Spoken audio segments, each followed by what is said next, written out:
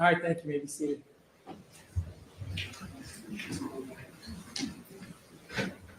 Parties prepared for the closing arguments? Yes, sir. Yes, Your All Honor. right, we'll hear from the state of Ohio. Ms. Patel, Thank you, Your Honor. you're welcome. Good afternoon, ladies and gentlemen of the jury. I want to thank each and every one of you for your attention and your concern throughout this process. We've been together for many days now, and I know you've been paying good attention to every witness and all the testimony that you've heard.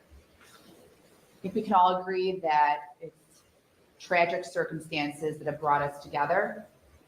But as Ms. Baralia told you at the outset of her opening statement, it is a privilege to present this case to you on behalf of the state of Ohio. And before you get to deliberate on this matter, I will provide my opening closing argument. Then you'll hear from Mr. Mack and Mr. Johnson, and then you'll hear once again from Ms. Baralia, because the state of Ohio bears the burden, and you'll hear from the state last before you deliberate. Ladies and gentlemen, we are all together today because of the choices Bionca Ellis made on June 3rd of 2024. That day was like any other day in the life of Margot Wood. And I think we can all relate to what she did that day. Take your kid to the grocery store. It's something that is fun. It's a little get out of the house, buy candy, flowers with your child. And yet that ordinary act turned into an unfathomable nightmare because of what this defendant chose to do on that day. So what I'm going to do is I'm going to walk us through the indictment, the charges that we have charged Bionca Ellis with, and then we're going to shift our conversation to the affirmative defense that she has raised. All right? So I want to start with count 1, which is aggravated murder. That Bionca did purposely and with prior calculation and design cause the death of Julian Wood. And under Ohio law, the key terms here are prior calculation and design. All right? Those are the words you want to pay attention to when you're deliberating on count 1. What does prior calculation and design mean? Well, you'll have those instructions with you when you deliberate. And in part, it says it's the process of reasoning that must have included a mental plan involving studied consideration of the method and the means or the instrument with which to cause the death of another. The amount of time that the defendant spends in planning isn't really as critical, but she needs sufficient time and opportunity for the planning of the homicide. So did Bionca Ellis give thought or preparation to choosing the murder weapon in this case? Yeah, she absolutely did. And we can all see it in State's Exhibit 192. And you'll have this, 193.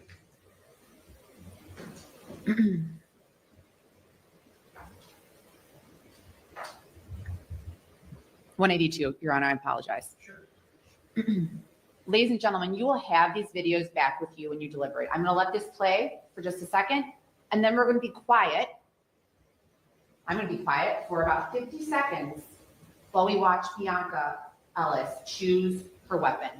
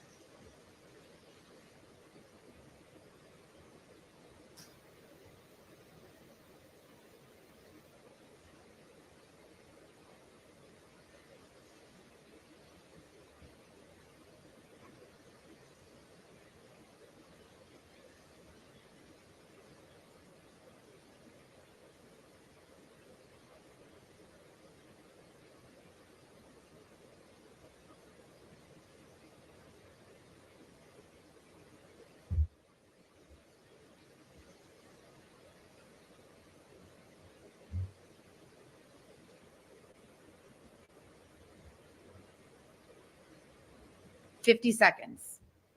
We watched that defendant go directly to the houseware aisles in Volunteers of America, go through that bin, look at the knives, inspect them, handle them, look up top of the knife block up there. She spends almost a minute looking through these knives. She doesn't pick the first one she sees. She finds the two favorites of hers, and then she walks out of the store.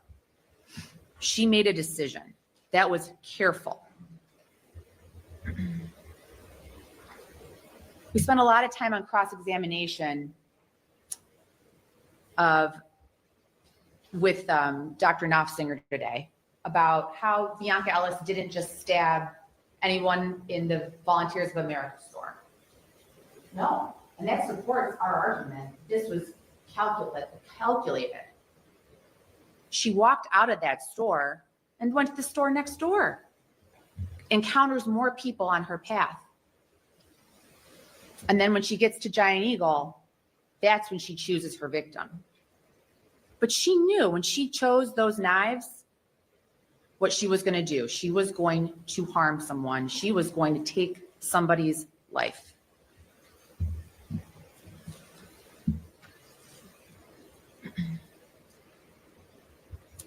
Now, murder is count 2 and 3, and they're charged under different sections. So count 2 is that Bionca Ellis did purposely cause the death of Julian Wood. And count 3 is that she caused his death as a proximate result of an underlying felony. And what we mean by that is that he died because she committed or attempted to commit felonious assault and or endangering children. And with these charges, there are degrees of culpability and mental states. Okay, so when we're talking about purposely, and again, you'll have all this in your instructions, but these are the definitions of purposely and knowingly. And we're talking about this defendant knowing that her actions would bring about a certain result.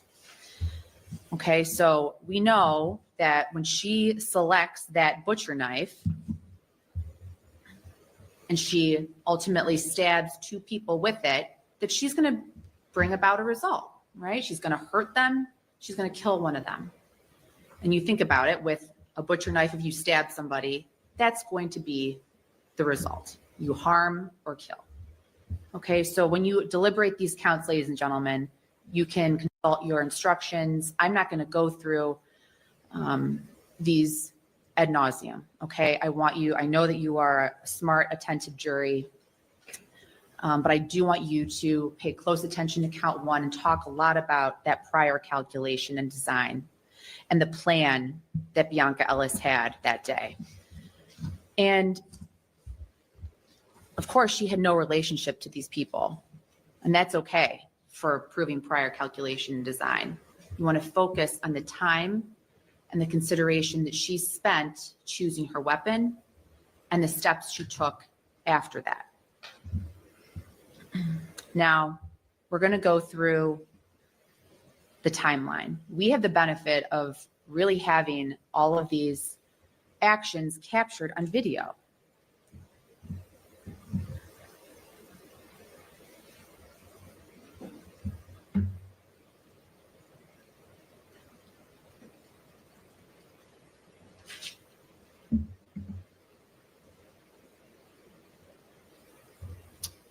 So we know that in a couple days prior to June 3rd, Bionca Ellis had a run-in with the North Olmsted Police Department. And that's important because it's part of the anger that fuels her on June 3rd. You heard testimony about how she was in their jail for a night and that she was purported to have all sorts of property and money and gift cards and other items. So when she's walking around on June 3rd, we know that that's on her mind. She says as much herself. But let's walk through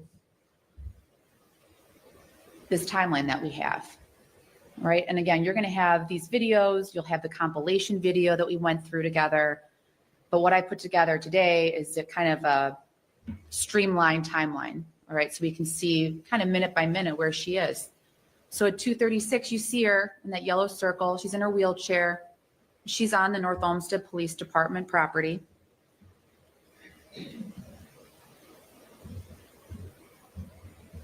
A couple minutes later, here she comes into the lobby, and you meet Danielle Shook, one of the first witnesses you heard in this trial. And if you remember how their encounter went, Bionca Ellis wasn't so happy when she left the lobby. Remember, she turned the lights off as she departed the lobby. And then she kind of skips down the stairs. She ditches her wheelchair and her suitcase. And you can look at the video. Again, of course, you heard testimony that she walked with purpose and that she was angry. You can watch that video again that we watched here this afternoon. The careful selection of the weapons, minute by minute here. 14:55, so 2:55, less than 20 minutes after she went to the police station, she's got her weapon.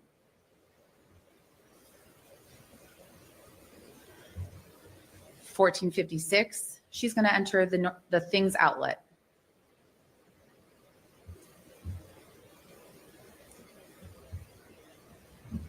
She walks in, looks around.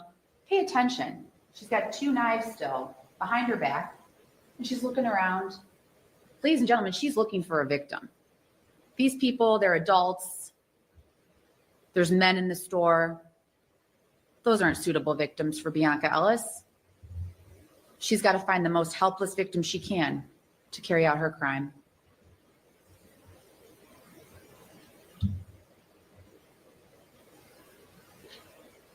She exits. What does she do then? Well, she's got 2 knives. She can't use 2 knives. So she's got to ditch one. She's got to keep the best one. What does she do? She taps her knives against the brick column, ditches the flimsy one, keeps the superior knife to carry out her act. Look at her walk. She's not going into that store for anything but to wreak havoc on somebody that she hasn't chosen yet. And unfortunately, or fortunately, how you want to frame it, again, it's all on video, what she does that day. 2:57, there she is, knife in hand. Again, this is 22 minutes have passed since she went to North Olmsted for her money. And here it is. Ladies and gentlemen, this is the decision she makes after she's selected her weapon. These are the people she wants to harm. It's been decided.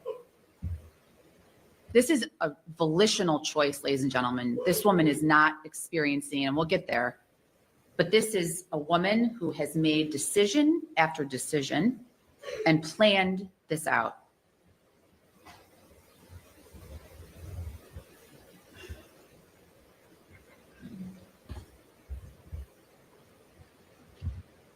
And finally, at 3 o'clock, we know what happens.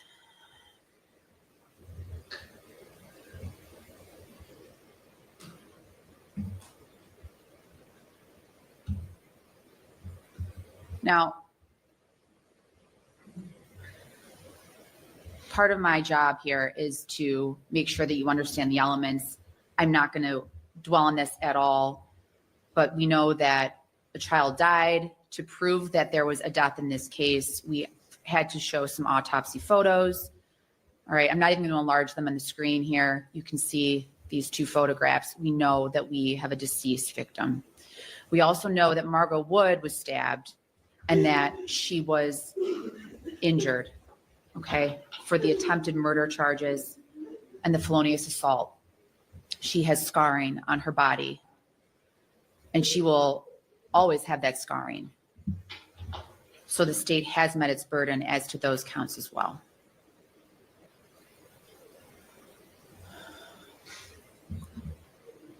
this case is unique, of course, as we all know, that the burden shifts, right? The state has proved beyond a reasonable doubt all these elements of all the charges against this defendant.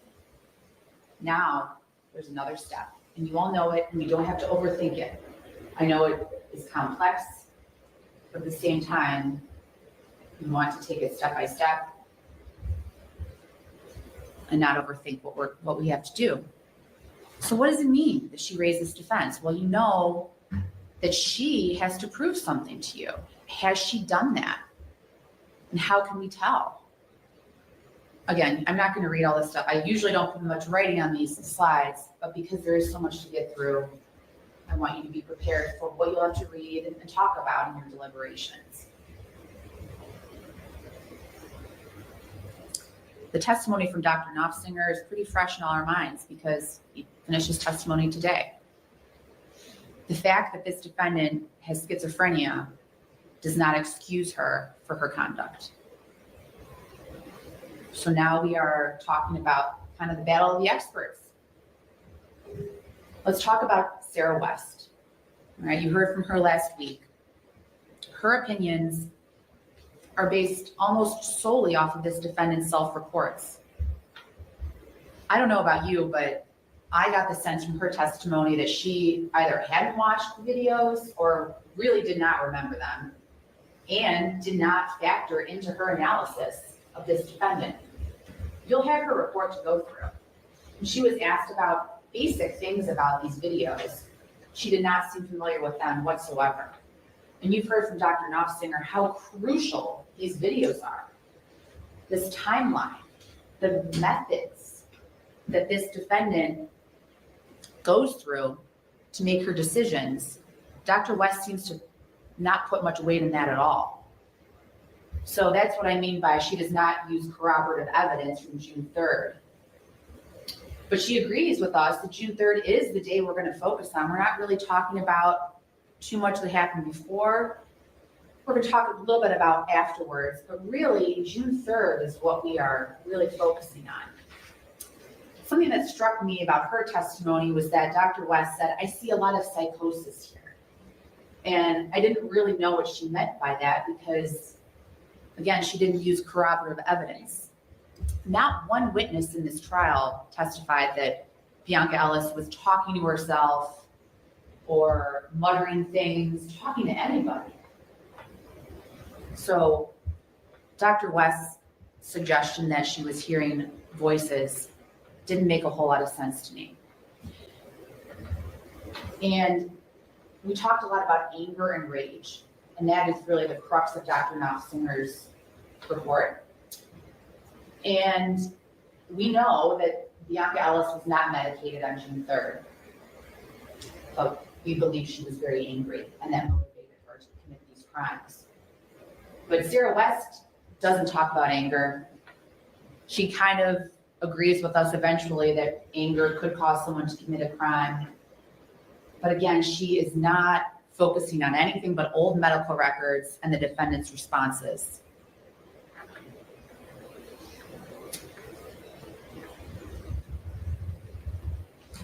Do you remember Dr. West talking about disorganization? That was a big theme of her report and her presentation. And she didn't really define it. And she also said things like, I believe, and maybe so, and probably. Ladies and gentlemen, the preponderance of the evidence is a different burden than the state has to prove when we are proving the elements against this defendant. Think of the tipping of the scales, okay? It doesn't have to be much of a tip. If you don't believe Sarah West, the defendant has not met her burden in this case. And I submit to you that she has not met that burden. Her theme doesn't make a whole lot of sense. She kept saying that this defendant was disorganized.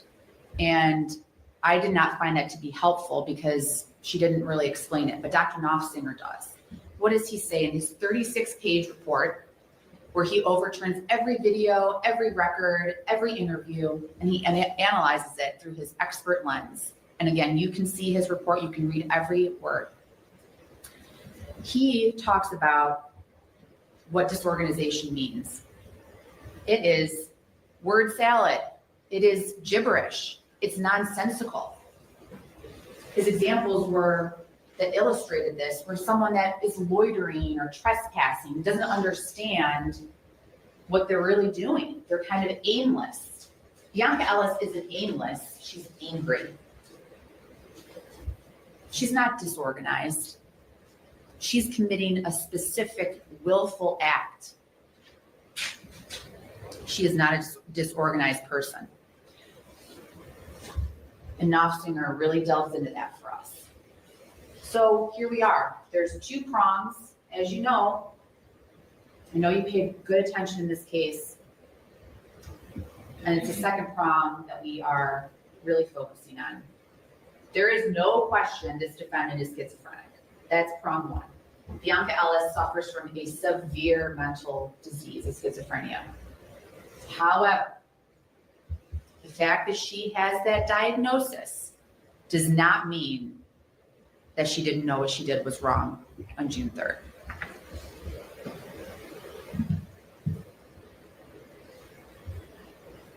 Pay attention to her interview with Dr. Knopfsinger. Okay?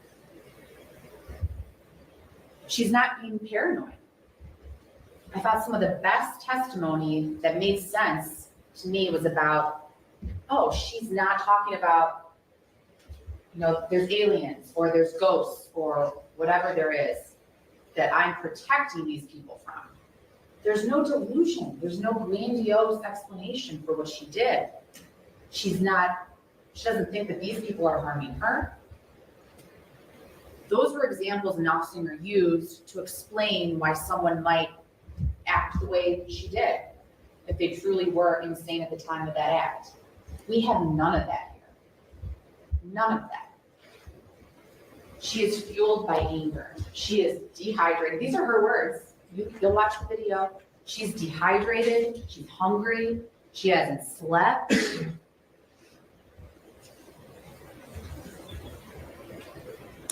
It became a perfect storm.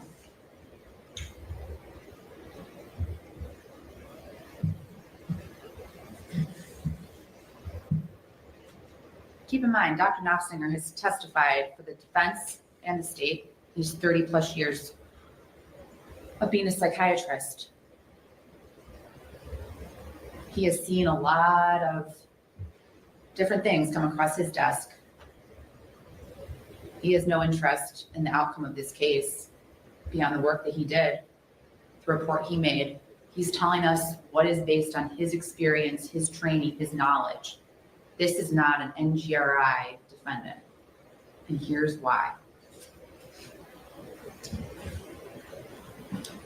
Today, he told us that in order to be successful on this affirmative defense, she's got to prove that what she thought, what she did, was right. And she has not explained that in any way. There is no rational motive.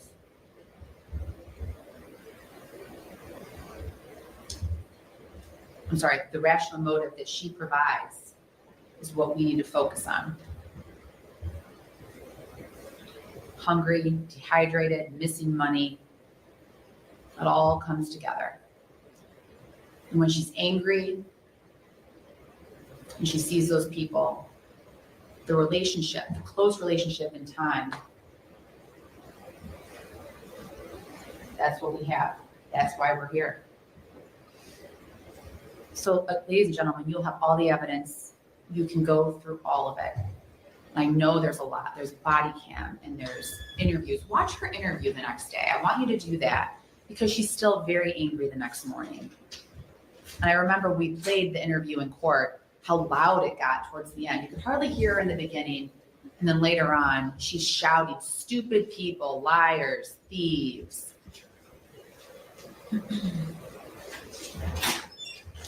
And again, the way she acts directly after this, Dr. Knopfsinger pointed it out, and I think the other witnesses explained it as well. She is not saying, no, don't arrest me. I didn't do anything. She doesn't run away. But she does walk away calmly. She doesn't stay on scene at the car. She succumbs to the officer commands. She never protests her arrest. And Knopfsinger tells us that these are behavioral factors that indicate that she knew she did something wrong.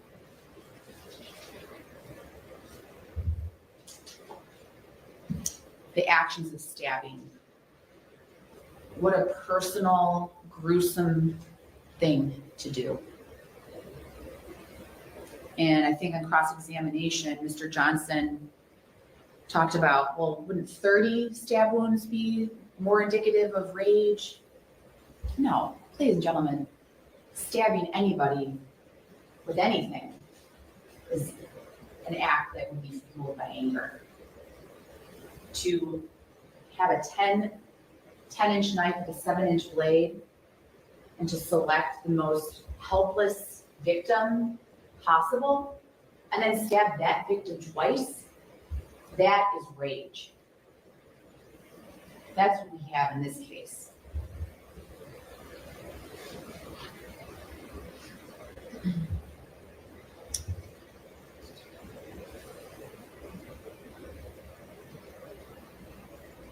All right, so here we are, at the very end, kind of to recap our timeline.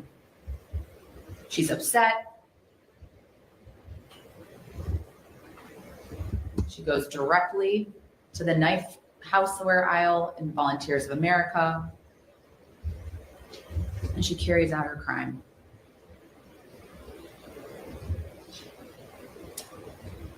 Ladies and gentlemen, I urge you to go through all of the evidence together. I know that within your collective memories, 12 of you, some of you may have taken lots of notes, some may have not taken many notes at all, and that's all right. Listen to one another, talk to one another. Go through every video, the reports by the doctors, and discuss. Think, but don't overthink. Bionca Ellis is responsible for the death of Julian Wood. And Mr. Mack told you that, if you remember, in his opening statement a week ago. But she did it with prior calculation and design. She knew what she was doing that June afternoon. Hold her accountable for what she did to that child and his mother. She knew what she did was wrong. Find her guilty. Thank you. Thank you, Ms. Mateo. Mr. Mack, Mr. Johnson?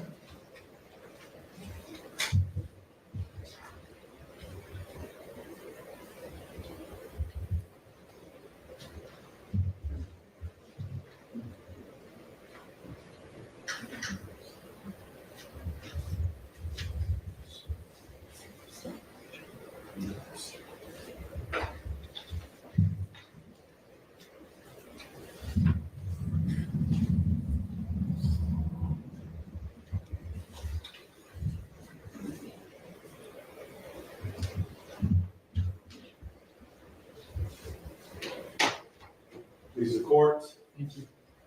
State of Ohio, members of the jury, good afternoon again. When I first learned of this incident, I learned through the media like a number of you, and I said to myself, what crazy person would kill a 3-year-old child? Those are my words. I said, this world is going to hell. And as fate would have it, I get assigned to the case. And then I began learning about this woman right here. I came to understand that there was mental illness. I came to understand how this came to be. The elephant in the room is this. You have a 3-year-old child whose life was taken from him. Not by his fault, not by his mother's fault. Bionca caused the death of that child. And we all know that this family doesn't deserve this. I implore you to embrace your humanity. It's okay to feel the pain that they're going through. If watching life-saving measures, trying to save a kid's life, if listening to a mother asking if her child is alive doesn't move you, then I question your humanity. If seeing photos of a deceased child, listening to a parent's pain, listening to a mother having to leave out of this courtroom, if that doesn't move you, then I don't know what could. Again, I question your humanity. Knowing that the veil can't be undone. Because I know a lot of lawyers will tell you, you got to set this aside. You can't set that aside. But guess what?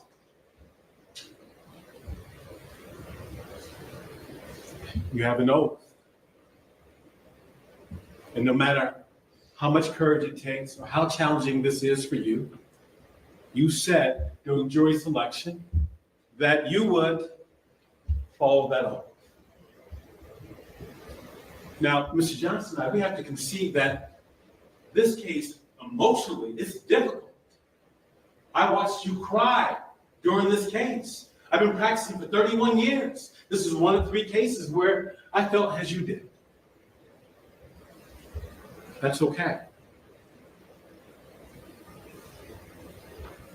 But you also made a pledge that when you make a decision in this case, it will not be based on sympathy. And you can feel the emotions that you must have experienced during this trial, but still make the correct decision.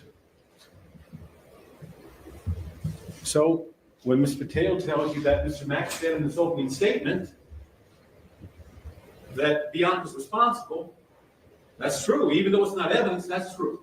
Now I'm telling you in my closing argument that she is responsible for the death of Julian, and you should find her guilty of murder, keeping in mind not guilty by reason of insanity being a defense, and you should find her guilty of the felonious assault as it relates to Margot and a number of the other charges.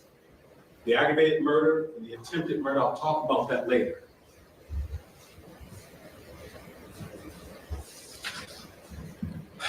Look, when this case began, Bionca had options. She could either plead not guilty, she could plead guilty, or she could plead not guilty by reason of insanity. By now you know what she chose.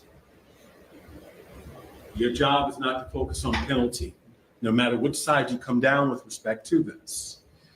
The state's strategy in this case has really been to normalize Bionca. They make the acknowledgement, and they have to concede because they can't get around it, that she's mentally ill. But they want to normalize her behavior on that day. She was in control. She was well organized. Her mind was working separate and apart from her schizophrenia.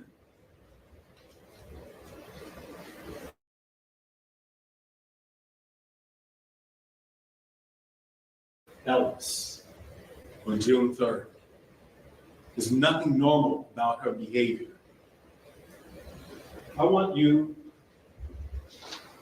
to look at Bionca Ellis. 1 week from the date of the incident. She's at her arraignment.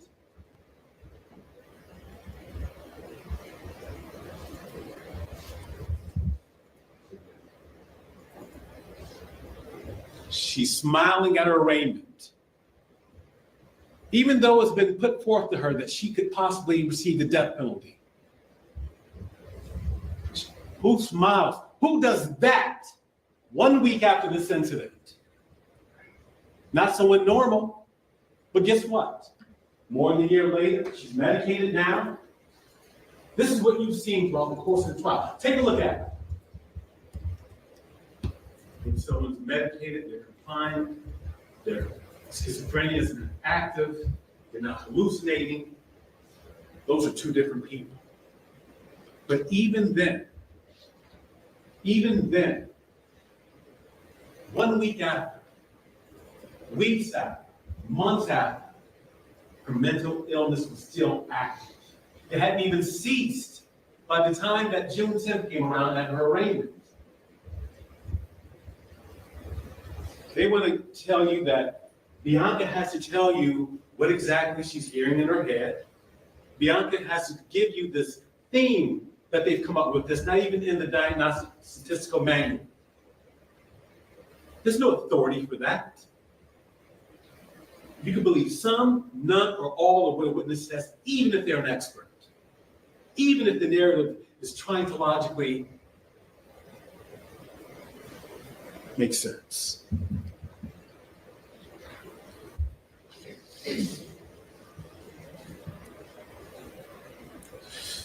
Think about it.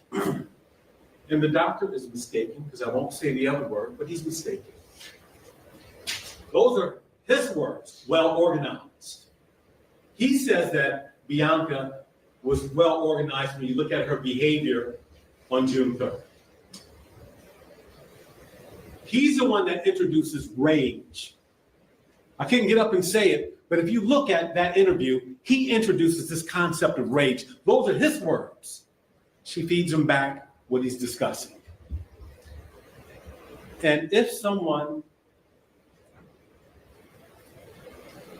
is well organized on the day of the incident, she rolls up to the police station in a wheelchair. Eventually she pushes that wheelchair.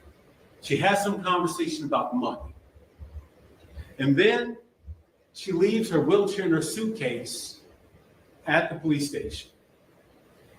She walks into Volunteers of America. She selects a couple of knives.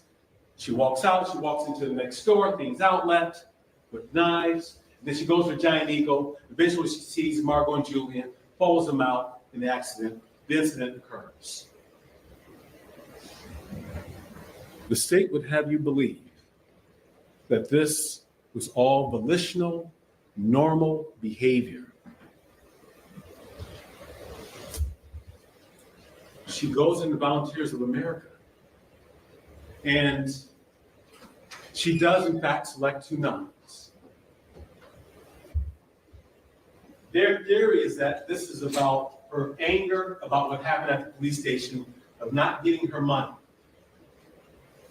She walks into an unauthorized area while in Volunteers of America. She always has the knives out in the open.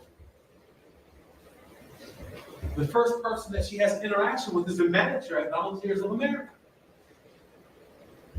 an elderly woman. She doesn't stab her. She walks around the store.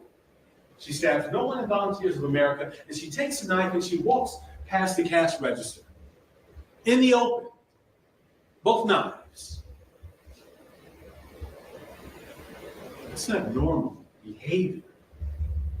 There's something that's going on there. And then she walks into Things Outlet. And the prosecutor would have you believe that, oh, she's hiding knives. If she wanted to hide knives, she could have concealed them underneath her clothing. She has both of her hands on her hips. When you go back there, look at that video. Her hands are on her hips, and she's looking around. Because whatever's happening right here is dictating her behavior. She doesn't see what she's looking for. She comes out, she taps the knife on the pillar, and she loses 1 knife. She walks with the knife in the open, outside. Now, the doctor can talk all he wants about, well, it's crowded inside the store. We saw how many cars are out there in the parking lot.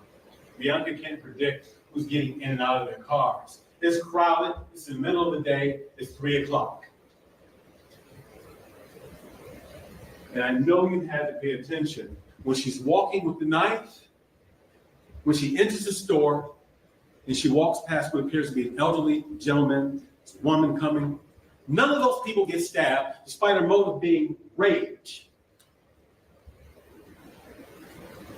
Only when she sees Margot and Julian does she do this U-turn. Now, I want to pause there for a second. Because I'm not going to pretend like I'm a psychiatrist or a psychologist or any kind of doctor for that matter. But you're allowed to use your collective minds, all 12 of you, to try to figure out, based on the evidence, what was going on there. Why is it that Bionca, if she's so upset about her money, why is it taking her so long to stab somebody? We know it doesn't happen at the Volunteers of America. We know it doesn't happen at Things Outlet. We know that she doesn't go back to the police station and take her anger out on the people that wouldn't give her her money. So what's going on?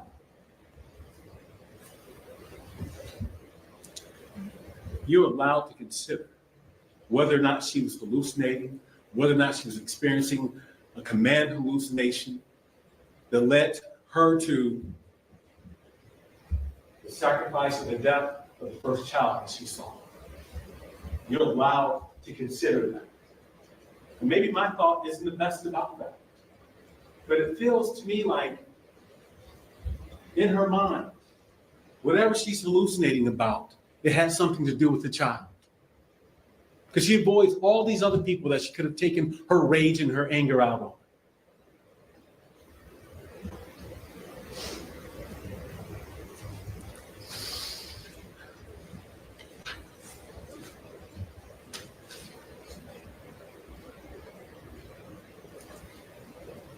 Take 2 steps back and ask you, I just really want you to think about this.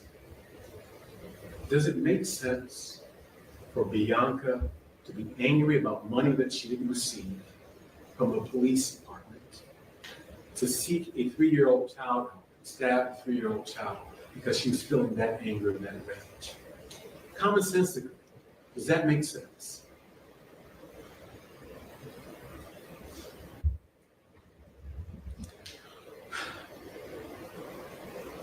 We know that immediately following the incident, she walks away. That's what the state of Ohio's witnesses told you. She walks away as if nothing had occurred, like a walk in the park. And she continues to walk with that knife in hand. And the only time that she puts that knife down is when she's confronted by the police. That's not the behavior of someone who's criminal-minded. I haven't handled any cases like that. Someone walking away from the incident and doesn't put the weapon down and they walk away. Whatever's going on in their head is still happening at that moment in time.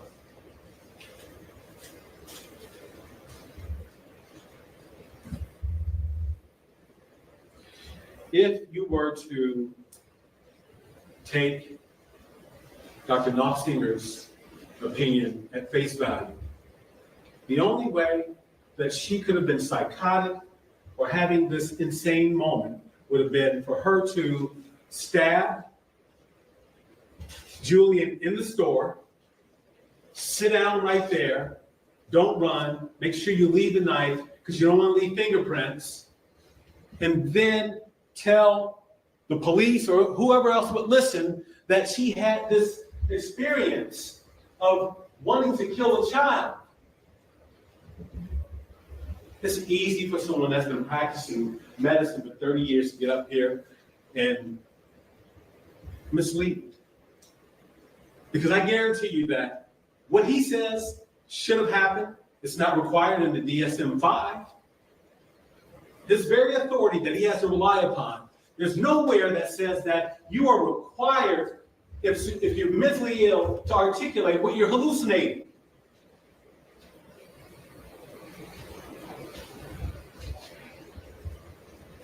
You can believe some, all, or none of what a witness says.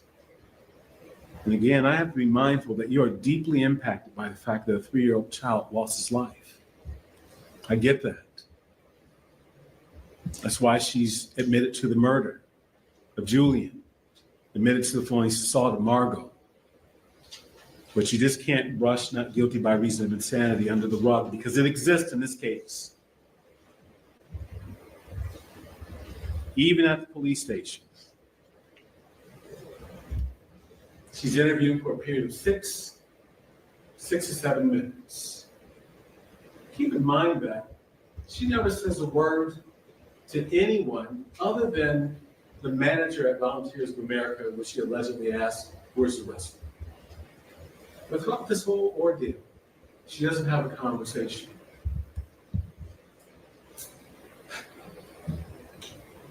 In that interview, the detective tries to interview her, and her focus is on the money. And eventually she says, "You can put the Giant Eagle investigation into that investigation." That makes no sense. And when she yells attorney, she's not talking about the Giant Eagle situation. Please watch that interview. She's talking about the money situation. You got to keep in mind that this woman was in jail May 29th. And there's an officer that identified the fact that she's not mentally well. Just a couple days before this incident.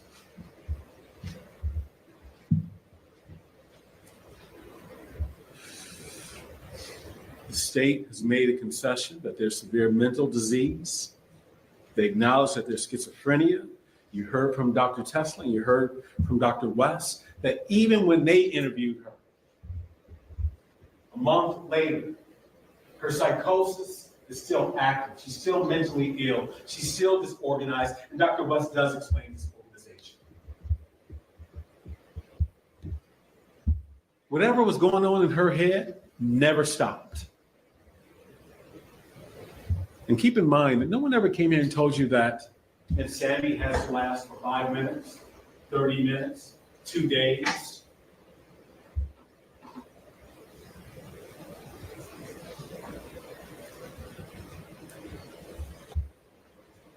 I appreciate the prosecutor coming up here and talking about aggravated murder, but that argument is not a good argument. You don't need me to tell you that there's no prior calculation and design as it related to the death of Julian. You see how random she chose them, and that's at a spur of the moment. And no one can say what was in her head when she was in Volunteers of America. How is she going to tell you what was in her head in Volunteers of America if Dr. Knopfinger or Dr. West could? Don't fall for that. The reason why I said the attempted murder, is not a good charge because the focus appeared to be always on Julian. Margot, to her credit, did what any good mother would do. She tried to save Julian's life. And she got stabbed in the process just one time. If Bionca wanted to murder her, she would have stabbed her several times. And I don't know what world they're living in when it comes to rage. Rage is not 1, 2, or 3 stabs. It's horrific what happened, but that's not rage. It's very important that you understand preponderance of the evidence. Please read that instruction. If it had to be quantified, more probable, the greater weight of the evidence, those are terms that you've heard, but if it had to be quantified, it's 51% to 49%. That's our burden, far less than what they have to prove, which we've conceded to a number of the counts for proof beyond a reasonable doubt. You cannot make a decision without considering that burden. I welcome you to have, in one hand, Dr. Knopfinger's opinion, and in another hand, have Dr. West's opinion, and see which one makes the most sense.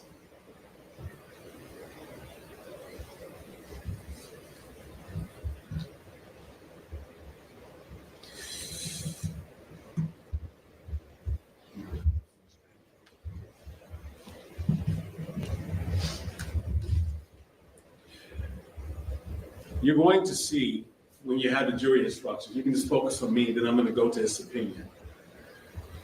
You're going to see words in the instruction that talks about, NGRI can't be motivated. So no motive. You know that there's no motive to take the life of Julian in this case. There's never been one established. Even though generally the state doesn't have to prove motive, you have to take into consideration what's in the jury instructions. We know that this wasn't some impulsive behavior. Margot did what she was supposed to do. She took her son to the store, was shopping. She did nothing to provoke Bionca. So there's no emotional response that can be identified through the evidence. There's no impulsive behavior. And again, the word rage is something that Dr. Knopfsinger introduced. We don't agree with that. We don't agree that she demonstrated rage. We agree that her act was wrong. The opinions in this case between both doctors are not equally balanced. You'll see language like that as well. Again, put those opinions side by side. And I guarantee you that if you truly objectively read them, you'll understand that Dr. West speaks of the insanity aspect of this much better than Dr. Knopfsinger does, and it makes more sense. So, in this opinion, pages 35, 36, and 37, and he sort of speaks two ways about this. But on page 35, under 2A, he talks about how Bionca interacted calmly with staff through a window. She did not display any objective signs of her severe mental disease. I don't know how he would be in a position, based on the video that we saw, for him to make that determination. But he thinks that because he's a psychiatrist and his words are powerful, that you're just going to latch on to that, especially with these inflammable facts. He goes on to say in section B, she not appear distressed or internally stimulated in Volunteers of America. On the one hand, she's walking with strong purpose. She's got this rage, but she doesn't appear to be distressed. He goes on in section D, talks about she still does not appear to be distressed, internally stimulated, or out of control. In the Giant Eagle surveillance videos, he says that Bionca was well organized in her actions, did not appear to be internally stimulated, hallucinating, or disinhibited. What's well organized about walking into a store with a knife in your hand, walking with a knife where everyone can see the knife, and just walking around aimlessly until you latch on to those two people? What's well organized about that?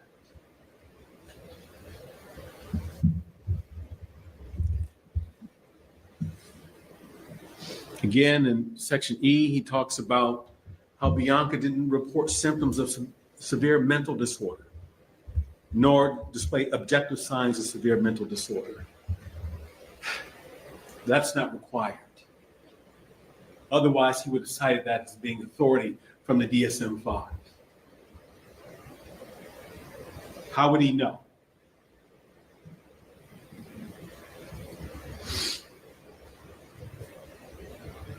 And this requirement of her having to report her symptoms, it'd be fine if he identifies some authority that they can all agree upon, but you will not see that in his report.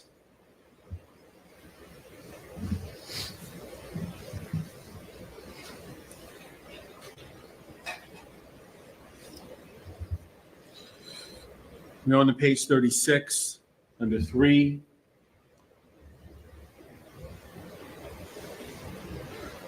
He indicates that, and we've talked about this, defendant approached the victims from behind, which indicates the defendant believed the victims would perceive the offenses were wrong. Again, just look at the totality of the evidence. Look at the knife in hand. When she first walks by them, the knife is not concealed.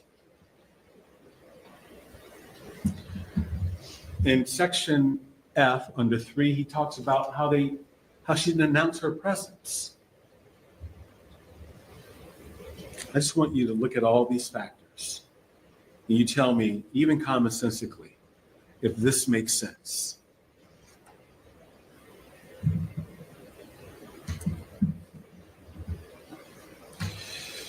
Dr. Nofsinger, had the benefit of interviewing Bionca when she's medicated. She's better able to communicate. Never had the ability to interview her early on, like Dr. West. He's got the benefit of incorporating everyone else's reports into his own report. That's the reason why it's so long, amongst other reasons. Mr. Johnson's going to get up here and he's going to tell you about the not guilty by reason of insanity through Dr. West's eyes. And I would ask that you listen to him. And I appreciate your time. I believe that at the end of the day, she should be found not guilty by reason of insanity. Thank you. Thank you, Mr. Mack. Mr. Johnson? Final thoughts?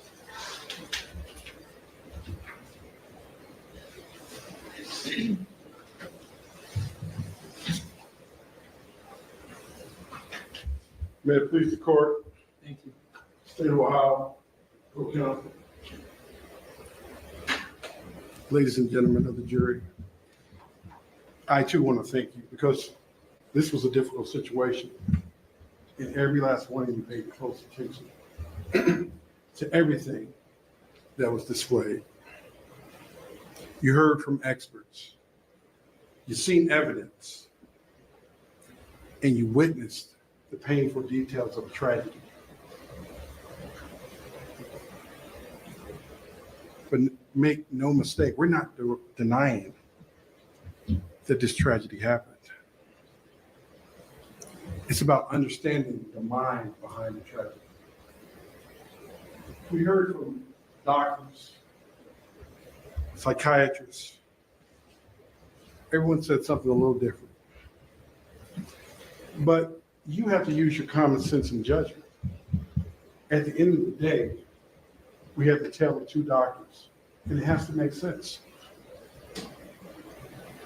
The law asks you to determine whether Bionca Ellis, at the time of the offense, was suffering from a severe mental disease or defect, and renders her incapable of understanding the wrongfulness of her actions.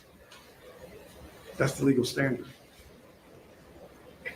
Now, Dr. West, Dr. Testa, they both seasoned psychiatrists. They testified through the throes of schizophrenia, paranoid delusions, disconnected from reality. These symptoms weren't new. We learned over the years, she's been going through this time and time again. We have jail logs. She's in different states. Behavior does not change because she's on medication. Now, Dr. Nofsinger says, well, that's not a part of schizophrenia. But when you look at the evidence, when she's unmedicated, she's not in the right state of mind. You heard from him, 3 people were assaulted at North Coast behavior when she was not on her medication.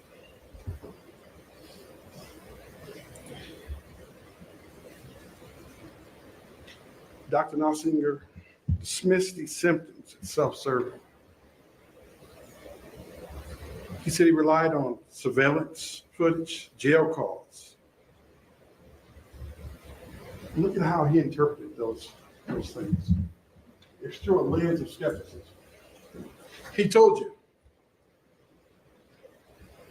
well, I looked at the video and I didn't see any signs. I didn't see anything where she was talking to herself, but I asked him, I said, well, there's no audio. It's not the best video. How do you know what she's hearing?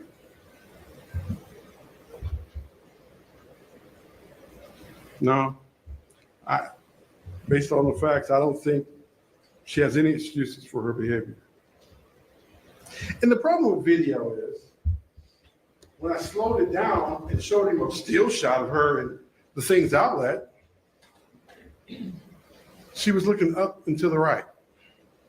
Well, that doesn't make sense. If she's going there looking for water, and I asked her, I said, well, water's not going to be up and to the right, is it? Well, no. Well, what if, I asked him, what if she's hearing something and she looks up to see what's talking to her? But he dismissed that. And I think he didn't slow the video down. Videos, were in constant motion, you don't see everything. The illness clouded her judgment. And she did not know the wrongfulness of her actions. Because we heard from Dr. West. She's a seasoned psychiatrist. She spent a lot of time with Bionca. We spent time together with Bionca. And the video you saw her in arraignment, that's the Bionca I met. That's the Bionca that Dr. West met. She wasn't in her right state of mind. But the person you see right here is not the same person. Why? Because she was medicated. Now, Dr. Nossinger said she scurried away from the scene quickly. And I asked him, I said, wait a minute. Let's look at the video. Let's bring it back. He said she rapidly walked away, trying to get away, trying to evade detection. But that doesn't make sense, ladies and gentlemen. She's walking with a bloody knife in her hand. She's not running. Now, you've seen her at the police station. You see her, she skipped down the steps rather quickly.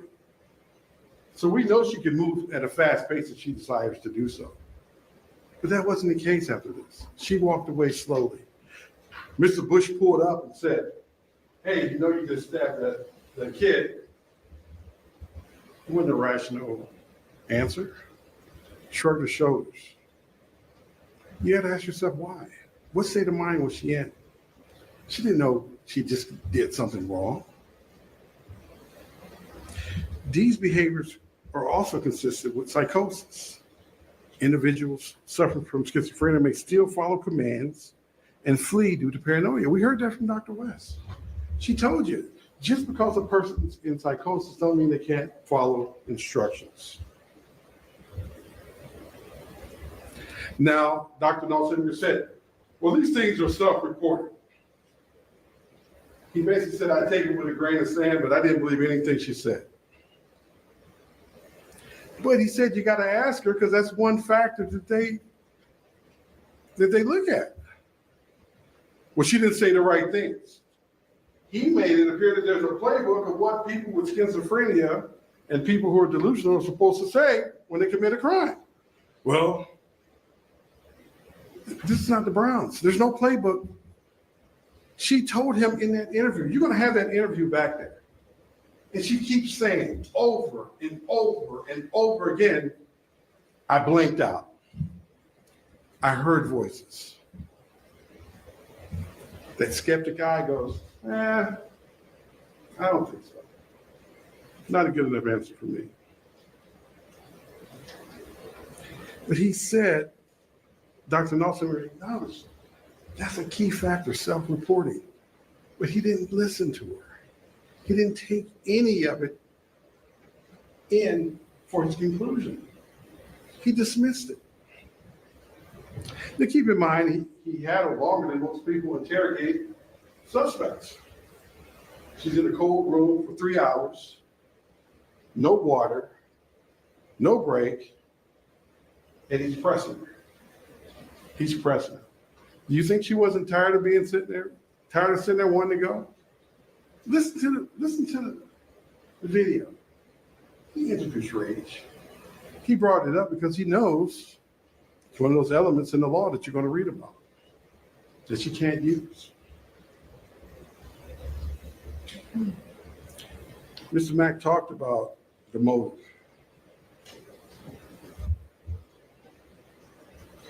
When she was angry about this money, the fact that she walked past several people and didn't do anything has to mean something. The fact that when she walked in, she's swinging a knife around. That's not organized behavior. If you're planning to kill someone, you're not walking into Giant Eagle with a big butcher knife swinging, because it screams out, hello, what's going on? The sad thing is, no one in Giant Eagle even paid attention. I don't know if it was trying to avoid looking at her, trying to act like she wasn't there. She walked around with a butcher knife, and I'm thinking, who can walk through a store with a butcher knife and not the police not be called? The police are less than 2 minutes away. I'm thinking, did Volunteers of America have loss prevention? She walked right past the cashiers and not even stop to pay. No one called the police and said, hey, this lady just stole the butcher knife. So when you talk about this timeline, this is a sad sequence of events that somehow it could have been prevented, but it wasn't. So we're stuck with what happened. And what happened was a tragedy. And it wasn't because she wanted to kill someone. It wasn't because she set out that day to kill someone.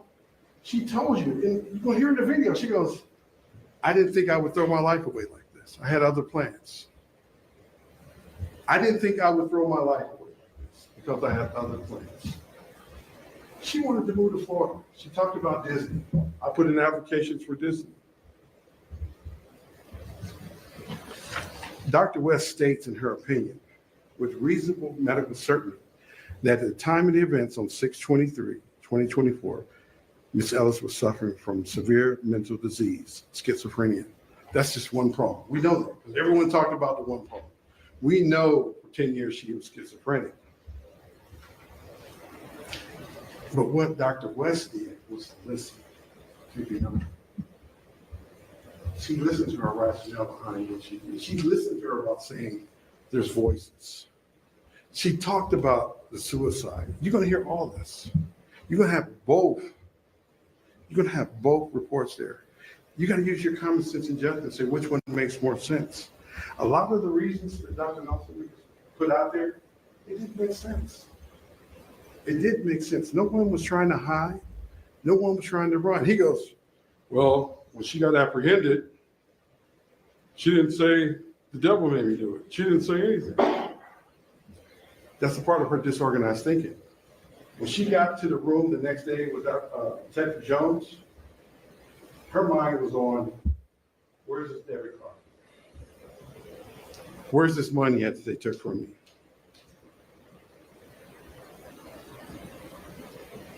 He cannot say with a degree of certainty that he knows what she heard or didn't hear.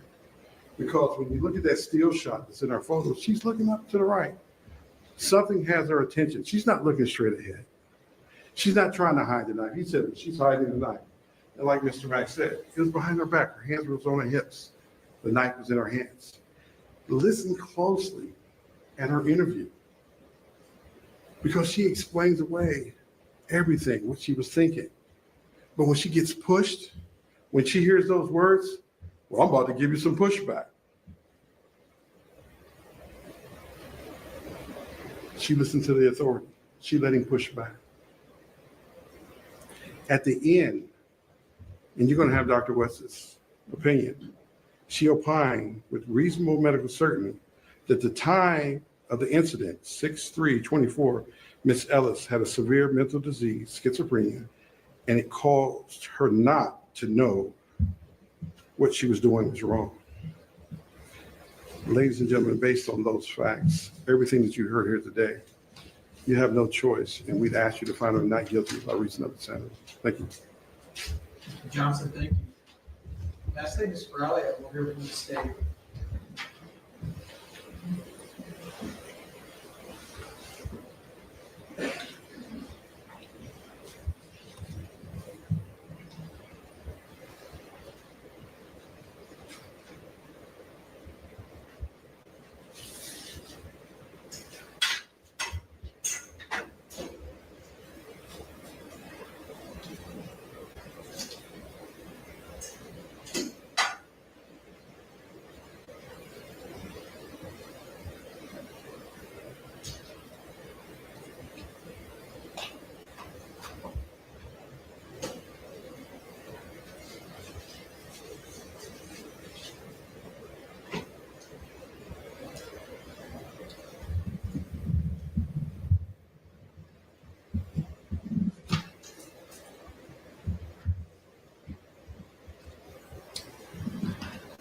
Counsel for the state, Detective Ventris.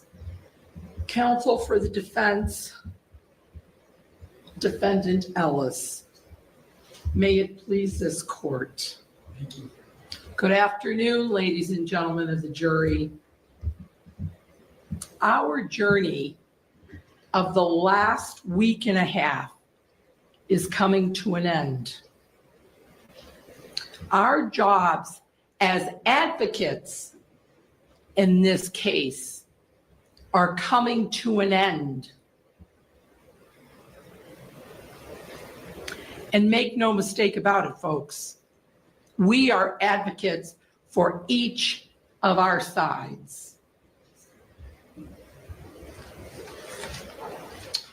But your job is just beginning. Though you have toiled with us for the past week and a half, you have traveled to this courtroom every single day. You have listened attentively. You have taken notes, some of you more than others. And at times, there was a bit of levity. But just because there was a bit of levity does not mean that this case isn't serious.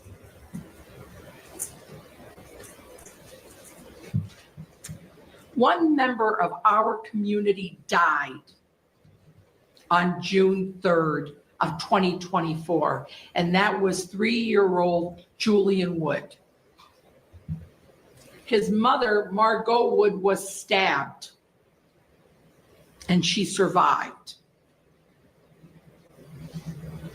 at the hands of defendant Bionca Ellis. You know, folks, everyone has thanked you, each of you, for your time and your energy and for your effort that you've given us. We've imposed on you, folks, and you have made the sacrifice in your personal lives for us. And your sacrifice isn't over yet. After I'm done speaking, the judge will continue to give you some further instructions, and then the case is going to be given to you, and it will be in your hands for deliberation. You don't have notebooks at this particular junction because, as you already know, opening statements and closing arguments are what we think, what we believe, not what you heard from that witness stand.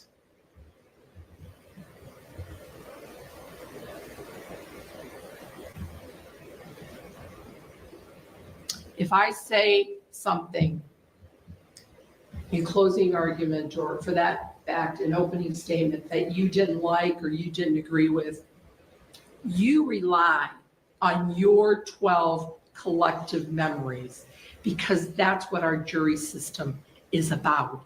It's about you and what you hear in this courtroom to make a determination between the state of Ohio and this defendant, Bionca Ellis. I am going to share just a few things with you that I saw and that I heard in this courtroom. And by no means am I here to misrepresent anything. I want you to rely on your 12 collective memories. Some of you have taken copious notes. What have you seen in this courtroom? What testimony have you heard? This courtroom has been your oyster for the past week and a half. You can believe some, all, or none of what has been testified to. That is your prerogative. You are the sole judges of credibility. I want you to use your common sense and your good judgment that you use in your everyday life to make a decision in this case. And I know that you will make a decision in this case.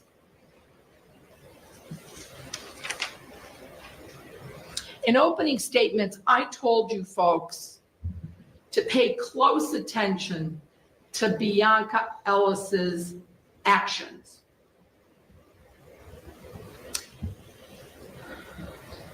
Mrs. Pateo stated in her closing argument this afternoon that the defendant Bionca Ellis killed Julian Wood and attempted to kill Margot Wood on June 3rd of 2024. We told you from the beginning that the one principal issue in this case is not going to be who did it or whether she did it. It's the issue of legal insanity. What that encompasses, folks, is that this defendant, with a plea of not guilty by reason of insanity, is asking you folks to relieve her of her responsibility of accountability for the death of Julian Wood and the attempted murder of Margot Wood. If the state proves all the elements beyond a reasonable doubt, she's saying, hold on, folks. I was legally insane, therefore should not be held responsible. But you folks recall that the burden is their burden to prove those two elements of legal insanity by a preponderance of the evidence. That scale has to tip. If it doesn't tip, they can't have it. One prong is not good enough. You need to focus on both prongs of the test that have to be met.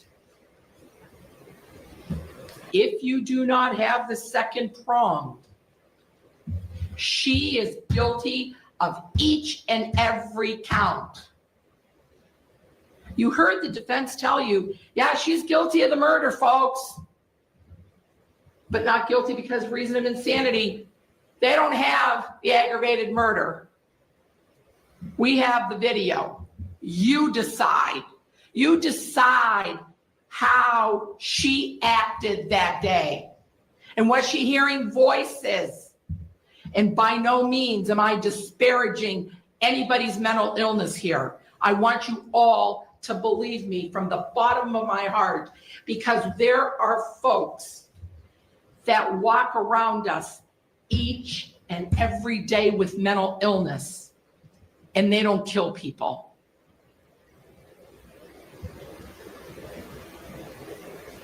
What were her actions that day?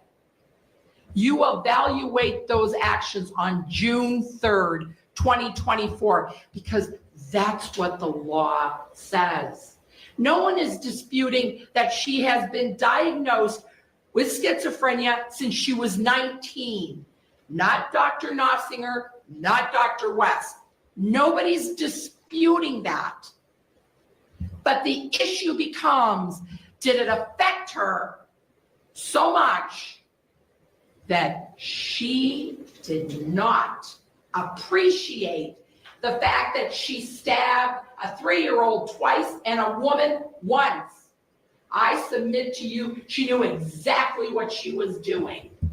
And it took her 8 months to come out with, I was blanking out, I was hot. I'm not diminishing her illness, but keep in mind, the excuses came 8 months later.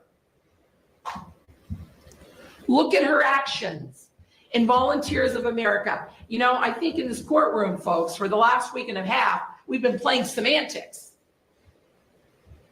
Tossing, throwing, dropping. You decide. You decide what she did that day, because you get to watch her as she's picking out knives. She's looking at the knives. Which knife is better for me? This isn't something I made up. I didn't go out and choose that Bionca Ellis was going to be the next defendant that I prosecuted in my tenure at the prosecutor's office, which has been long. And I didn't pick the Wood family to be the victims of this case. I get assigned cases because defendants bring themselves into this courtroom. So you have the two knives. We can agree on that because we have video. So there's not much dispute about the video, because then it becomes interpretation. Interpretation by the state, interpretation by the defense. At the end of the day, the only interpretation that is important is yours. What do you see on those videos? Because if we didn't have the videos, then that would be a different ballgame. But we have the videos. You have her actions. When she goes in to Things Outlet, the knives are on her back. Yes, she's positioned like this, but the knives aren't swinging here at Things Outlet. She is looking around to see who she's going to pick on. She goes outside. She stabs a column to see the pliability of a knife. That is somebody who wants a good weapon. That's not somebody who's just hitting the column. And then she goes inside of Giant Eagle. And you determine, because she's thinking about it. It's like hunting, calculated, manipulative. She goes in and sees a child in a cart that can't get out of a cart because his legs are coming out, and a mother pushing it. Soon as she sees them, that about face is so quick and follows them. But then she's too fast for them. So what does she do? She holds back and waits for her prey to continue to move on. And then she follows right along.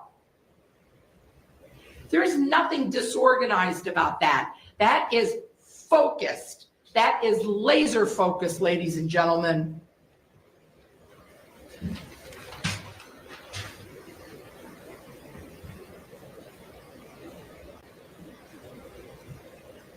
And then she goes into the parking lot. And you heard Mr. Stroud and you heard Mr. Bush. They have no stake in the game. They told you what they saw. Never was she talking to herself. Never was she mumbling. Yet she took a knife and she plunged it into the back of a 3-year-old. That's what they did see, standing over her. Over him, I'm sorry. You heard the medical examiner. She's got no stake in the game. She told you that that butcher knife went into that child's body 4 inches that severed the carotid and 4 inches that stabbed the lung. She walks away nonchalantly. She walks away, not in the aisle that she committed the crime, the next aisle, and she walked with a bloody knife.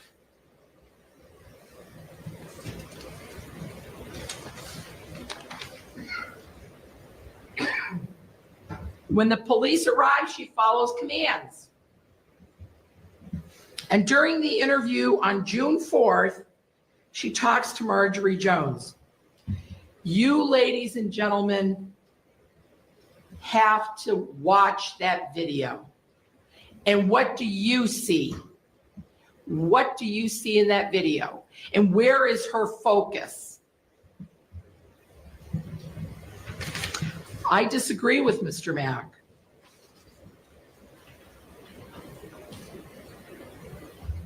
When he says that Dr. West talks about this disorganization that she had.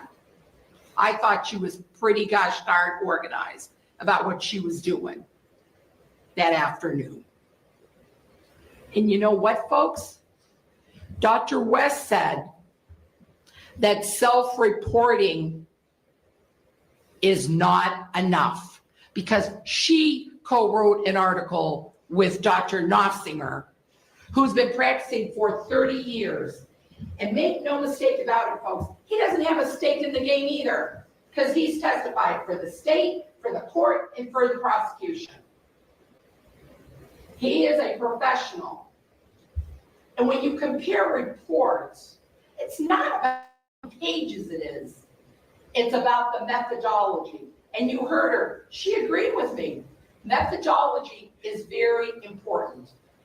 Finding corroboration objectively is important.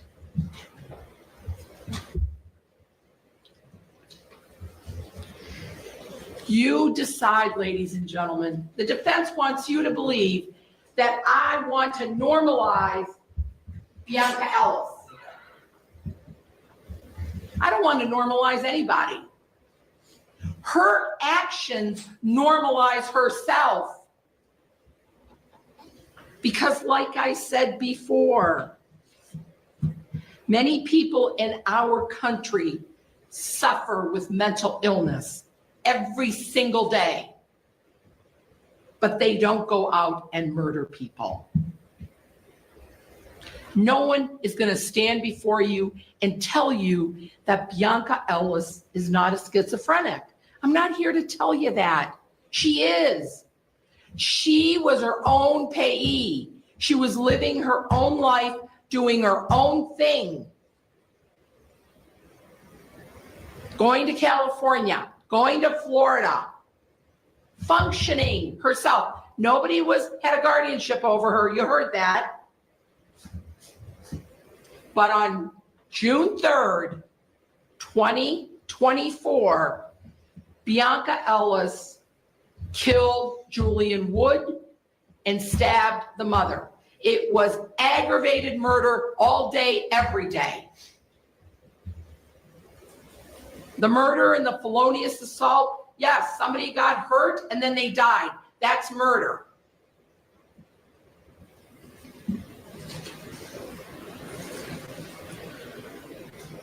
You have the interview of the 4th. You have all the body cams, all the videos. You have both reports. Ladies and gentlemen,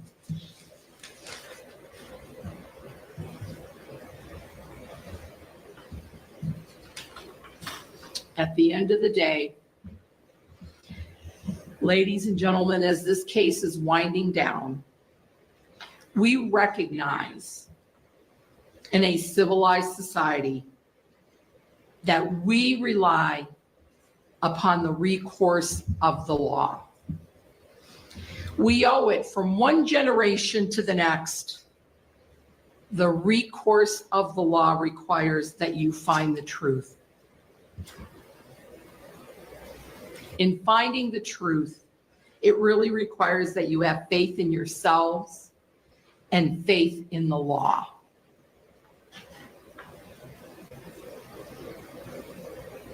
What your decision is in this case completes the accounting for the death of Julian Wood and the attempted murder of Margot Wood.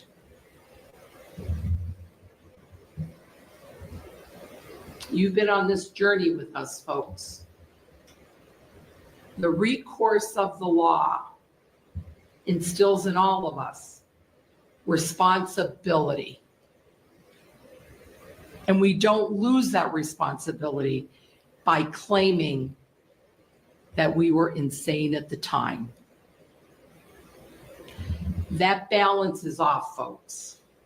If they don't meet their burden of proof, not guilty by reason of insanity does not exist, and you find her guilty of each and every count of this indictment. And I ask you that. I ask you that for our community and for the mental health community. Because good people sometimes make really bad choices, but they know what they're doing. Thank you. Thank you.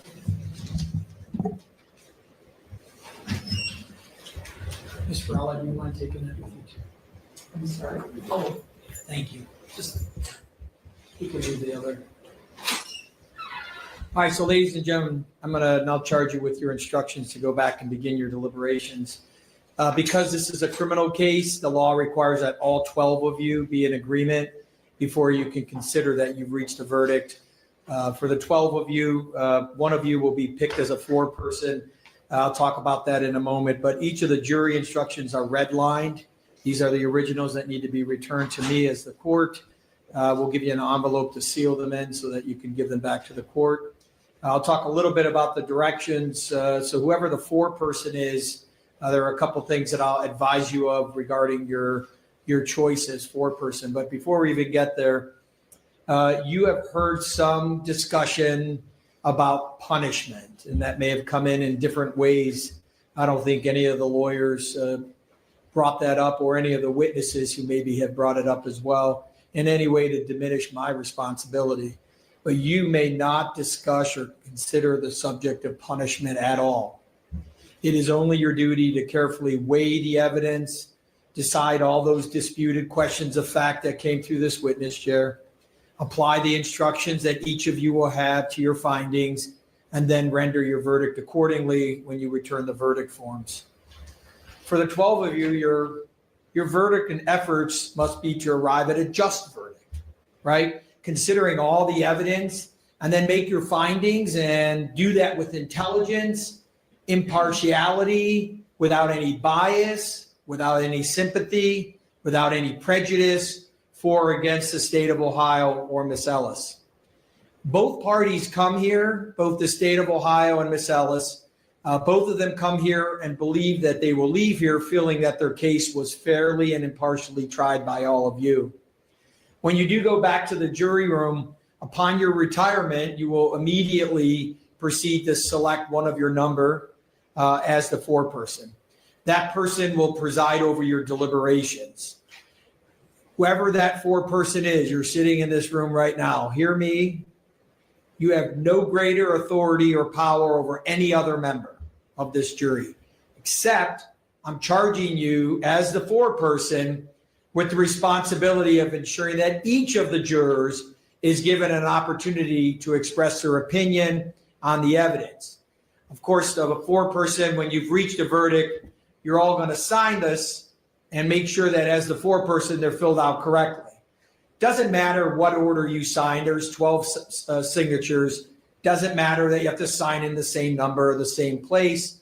But just when you've reached a verdict, you'll sign the verdict form in ink, which agrees to the finding that all 12 of you have.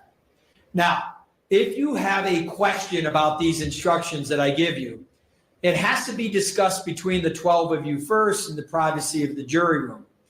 If all of you disagree, or some of you disagree as to the meaning of the instructions, it may be possible under certain conditions to review those matters by a request of myself. Know this, if you ask a question of the court, I convene all the parties first. We have a discussion about the question. We may bring you back in here and have that discussion about your question here on the record. I may provide you something in writing. If I've provided it to you in writing, it's because the parties have discussed it. But just know that you send a question to me, it's not going to be answered immediately because I'm going to bring everybody back in for a discussion about your question. But whoever the foreperson is, please write or print neatly, sign the question. That question is part of the evidence and stays part of the case. So once you sign it, date it, and we'll have the case number on it, and write me your question. We'll make sure we get it answered for you. If you desire to address any communication, again, as the foreperson, you must reduce it to writing, have it signed by the foreperson. The question, again, is usually answered here in open court. And if I do give you something in writing, save the question and answer with the evidence. Again, after you've reached that verdict, you'll contact this room through Kathleen, and then your verdict will be read here in open court. After the verdict is returned, then you're discharged as jurors. Then you can discuss this case with anyone or not as you choose. But until a verdict has been returned here in open court, you may not discuss this case with anyone or let anyone discuss it with you. I'd like to go even like a step further. 11 of you are in the room. 1 of you is in the restroom. There's no discussion, right? You're not discussing the case when everyone is not present.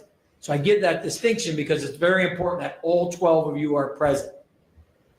Now, as alternate jurors, I am going to excuse you from the deliberation process as alternate jurors.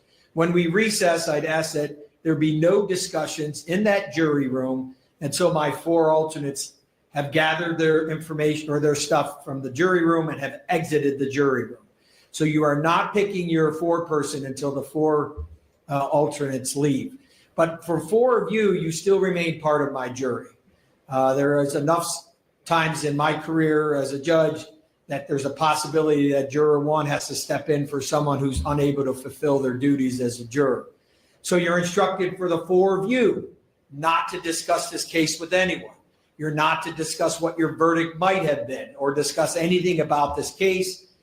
When there is a verdict, we bring you back up into my courtroom so that you're part of hearing that verdict read. And then, of course, there are discussions that you can be part of afterwards. So when we're done here, I ask that you grab your belongings from the jury room. Ashley will bring you downstairs. We will have you down on the 4th floor, but we also take your phone numbers just to make sure that we put you on a group text and let you know what's going on when you need to come up. So again, grab your stuff and then leave. Again, you're still part of this jury, no discussions at all as we move forward. For the 12 of you, look, the law in constituting a jury of 12 jurors, it contemplates that each of you, all 12 of you, give your individual consideration to and upon the judgment in this case that you're going to render. It gives your individual consideration upon the evidence that came through this witness chair. The rules of law, which are explained to you here in these jury instructions, are binding upon each of your individual conscience and the judgment as members of this jury. While deliberating, please, each of you jurors should give careful consideration to the views which your fellow jurors have, even if it's not your decision or your thought process. A juror should not turn a deaf ear to their associate jurors. And then without listening to their reasons or their arguments, you obstinately stand upon your own opinion, regardless of what may be said by another juror or jurors.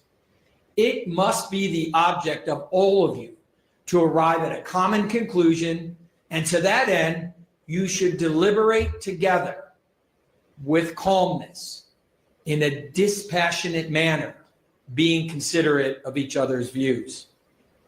You should really have 2 propositions of equal importance in mind when you're deliberating. First, that the laws here are enacted for the benefit of all members of organized society. And when you as a jury are convinced beyond a reasonable doubt of a defendant's guilt, then you as a jury should say so in its verdict. And then moving to the second prong if you need to. Again, as a jury, being convinced by a preponderance of the evidence, you should say so in your verdict form if you find that. And secondly, that no defendant should be convicted of a crime when you, the jury, are not convinced of such defendant's guilt by evidence beyond a reasonable doubt. The verdict that you as a body reach is of your own. There is no right or wrong verdict as long as you've considered all the evidence that came from this witness chair, that you listen and follow the law that I give you, and as I have instructed you here this afternoon. And so I say to the 12 of you, ladies and gentlemen, this case is now in your hands for a verdict. If we'd all rise, please.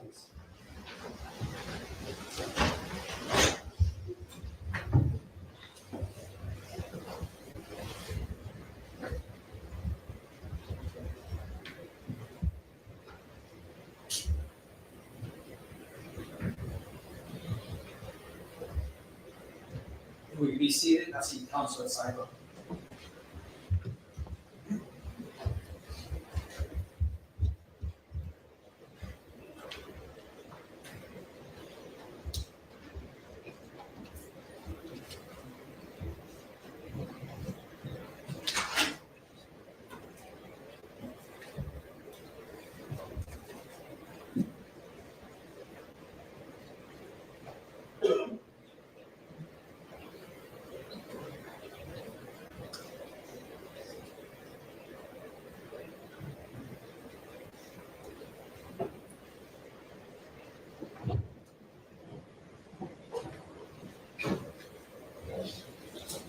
All right, so for the record, again, as I thanked you at sidebar for your professionalism,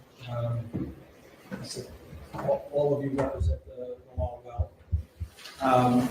As a judge, we all hold the same professional degree, and I appreciate your respect for our degrees and for the professionalism in the courtroom. So thank you for this almost 2-week process that we've been in. That being said, I've given you an opportunity to review the jury instructions, and so as I read them, of course, I read them as correct as I can. So I just want to know if there were any objections to those jury instructions from the state of Ohio that I've shared with the jury today. No objections, Your Honor. And on behalf of Ms. Ellis. No, Your Honor. All right, very good.